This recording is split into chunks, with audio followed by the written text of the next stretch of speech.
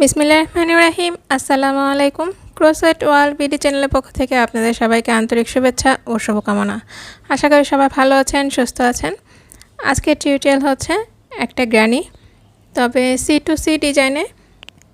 এই ডিজাইনটা দিয়ে আপনারা খুব সহজে কিন্তু বড় কুশন কভারও করে নিতে পারেন। তো আমি এখানে নিয়ে নিয়েছি সামারিয়ান হুক, নিয়ে নিয়েছি 3mm। আপনারা 2.5 দিয়েও কাজটা করে নিতে পারেন। আমরা ফার্স্টে এখানে একটা স্লিপ নট দিয়ে নিব। ফার্স্টে আমরা নট দিয়ে নিয়েছি, দেন 5টা চেইন করে নিয়েছি। 5টা চেইন করে প্রথমের চেইনের মধ্যে স্লিপ স্টিচ করে একটা রিং তৈরি করেছি। এখন এখান থেকে আমি 4টা চেইন করেছি। 4টা চেইন করে এই সার্কেলের মধ্যে 3টা ডাবল ক্রোশেট করে নিচ্ছি। 3টা ডাবল ক্রোশেট করে নিয়েছি, একটা চেইন করে আবার একটা ডাবল ক্রোশেট করে নিব। দেখেন এতে করে কি হয়েছে, প্রথমে আমরা 4টা চেইন করেছি, 3টা চেইন, একটা ডাবল ক্রোশেট, একটা চেইন এক্সট্রা, আর শেষে একটা চেইন, একটা ডাবল ক্রোশেট। তো দুই পাশে কিন্তু আমাদের 2টা হোল তৈরি হয়েছে।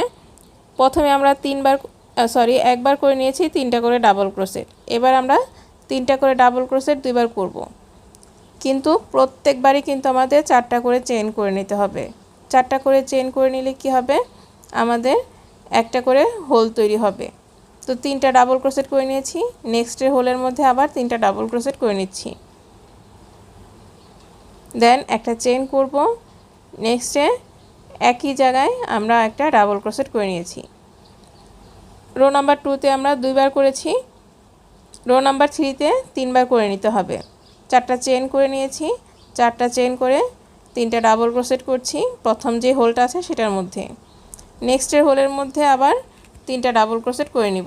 ভিডিও যদি ভালো লেগে থাকে তবে অবশ্যই একটা লাইক দিবেন, কমেন্টস করবেন, আর ভিডিও শেয়ার করে অন্যদের দেখার সুযোগ করে দিতে পারেন।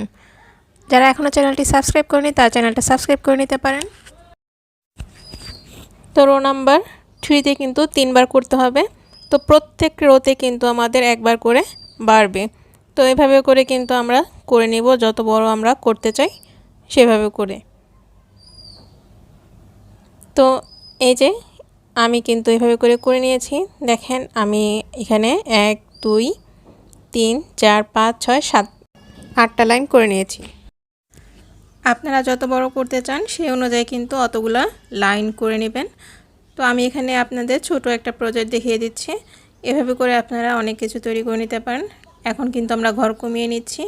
দেখেন এখানে আমি 3টা চেইন করে প্রথমে যে স্পেসটা আছে সেটাকে স্কিপ করে নিয়েছি। নেক্সট এটার মধ্যে 3টা ডাবল ক্রোশেট।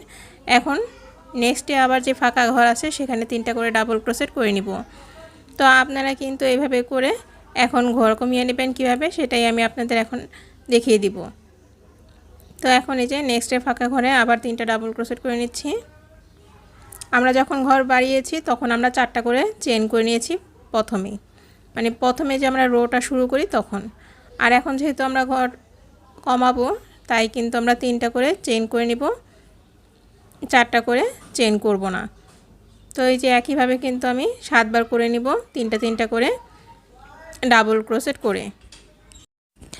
আমরা রো নাম্বার 9-এর কাজ করে নিচ্ছি। 8 পর্যন্ত আমরা ঘর বাড়িয়ে গেছি, রো নাম্বার 9-এ আমরা ঘর কমাচ্ছি। তো এই যে এটা আমাদের কিন্তু লাস্টের বার 3টা করে ডাবল ক্রোশেট করে নিয়েছি। আমি একটু জুম করে দেখিয়ে দিচ্ছি। তো এখানে আমরা যেহেতু 8বার করে নিয়েছিলাম, ঘর বাড়িয়েছি, 9 নাম্বার লাইনে আমরা ঘর কমাচ্ছি। তো এখন আমি দেখিয়ে দিচ্ছি যে আপনারা হাফ এদিক থেকে হবে আর হাফে যে আমাদের ঘর কমাতে হবে। তো আমার যেহেতু এখানে 3.5 ইঞ্চি আছে, তো স্কোয়ারটা পুরোপুরি হতে 7 ইঞ্চি হবে। আপনারা যদি চান এটাকে 13 ইঞ্চি 14 ইঞ্চি যতটুকু করতে চান তাহলে কিন্তু 7 ইঞ্চি পর্যন্ত ঘর বাড়াবেন, তারপরে আপনারা যে ঘরটাকে কমাবেন। তো এইভাবে করে যদি আপনারা কাজটা করে নেন তাহলে কিন্তু আপনারা খুব সহজে একটা স্কোয়ার প্যাটার্ন তৈরি করে নিতে পারেন। এই প্যাটার্ন দিয়ে আপনারা কুশন কভারও তৈরি করে নিতে পারেন, অথবা আমি এখন যেভাবে করছি, এই যে ঘর বাড়িয়ে গেছি যেভাবে করে, এভাবে করে আপনারা স্কার্ফও তৈরি করে নিতে পারেন এতটুকু প্যাটার্ন করে। মানে এতটুকু বলতে হচ্ছে মানে এই যে যেভাবে ঘর বাড়িয়েছি সেই অনুযায়ী কিন্তু যত বড় আপনারা করতে চান স্কার্ফ তো এতটুকু করে নেবেন, তাহলে কিন্তু হয়ে যাবে একটা স্কার্ফ। তো এই যে এখন কিন্তু দেখেন আমি রো নাম্বার 10-এ চলে আসছি। একইভাবে আমি লাস্টে একটা ডাবল ক্রোশেট করে নিয়েছি। এখানে কিন্তু আর চেইন করা যাবে না। আবার যখন আমরা লাইনটা শুরু করে নিয়েছিলাম সেখানে কিন্তু 3টা চেইন করে কাজটা শুরু করেছি, আর প্রত্যেকটা ফাঁকা ঘরে 3টা করে ডাবল ক্রোশেট করে নিয়েছি। এই যে চেইন করিনি সেটা এই যে এখানে দেখিয়ে দিচ্ছি। লাস্টে যে আমরা স্পেসটা রাখবো সেখানে কিন্তু চেইন করব না, শুধু একটা ডাবল ক্রোশেট করে নিব। এই যে এখান থেকে লাস্টে আমরা একটা ডাবল ক্রোশেট করে নিয়েছি। আর যখন আমরা কিন্তু ঘর বাড়িয়ে নিয়েছি তখন কিন্তু এখানে আমরা একটা চেন একটা ডাবল ক্রোশেট করেছি। দেখেন এই এখনও কিন্তু একটা ঘর স্কিপ করে আমরা রো নাম্বার 11টা করে নিচ্ছি। 3টা করে ডাবল ক্রোশেট। প্রত্যেকবার কিন্তু আমাদের একটা করে ঘর কমে যাবে। তো ঘর কমাতে কমাতে আমাদের একবার পর্যন্ত করতে হবে। তো আমি কিন্তু উপরে লিখে দিচ্ছি, আপনারা দেখে নিতে পারেন। তো এখানে কিন্তু আমরা 5 বার করব, তারপরে 4 বার, 3 বার, 2 বার, লাস্টে আমাদের একবার করে নিতে হবে। তো আমি এতটুকু করে নিচ্ছি, আশা করি আপনারা বুঝতে পারবেন। আর কিভাবে করবেন প্রত্যেকটা কিন্তু আমি লিখে দিয়েছি, উপরে দেখে নেবেন। দেখেন বাড়িয়ে গেছি, এখানে কিন্তু আমি ঘরটা কমিয়ে নিয়েছি। এই যে 2 বার পর্যন্ত করেছি, লাস্টেরটা কিভাবে করবেন সেটা দেখিয়ে দিচ্ছি। এখানে আমি 3টা চেইন করে নিয়েছি। দেন এই যে মাঝে যে একটা স্পেস আছে সেখানে 3টা ডাবল ক্রোশেট টুগেদার করে নিব। দেন লাস্টে একটা ডাবল ক্রোশেট। দেখেন এই যে আমাদের কিন্তু হয়ে গেছে। এখন সুতাটাকে কেটে নিলেই কিন্তু আমাদের স্কোয়ার প্যাটার্নটা কিন্তু কমপ্লিট। এভাবে করে আপনারা খুব সহজে কাজটা করে নিতে পারেন। আশা করি আপনারা বুঝতে পেরেছেন যে কিভাবে কাজটা করে নেবেন। ভিডিওর মাঝে আমি বলে দিয়েছি এই প্যাটার্ন দিয়ে আপনারা কী কী করে নিতে পারেন, অথবা এরকম ছোট ছোট প্যাটার্ন তৈরি করে কিন্তু আপনারা বড় একটা কোনো প্যাটার্ন তৈরি করে নিতে পারেন।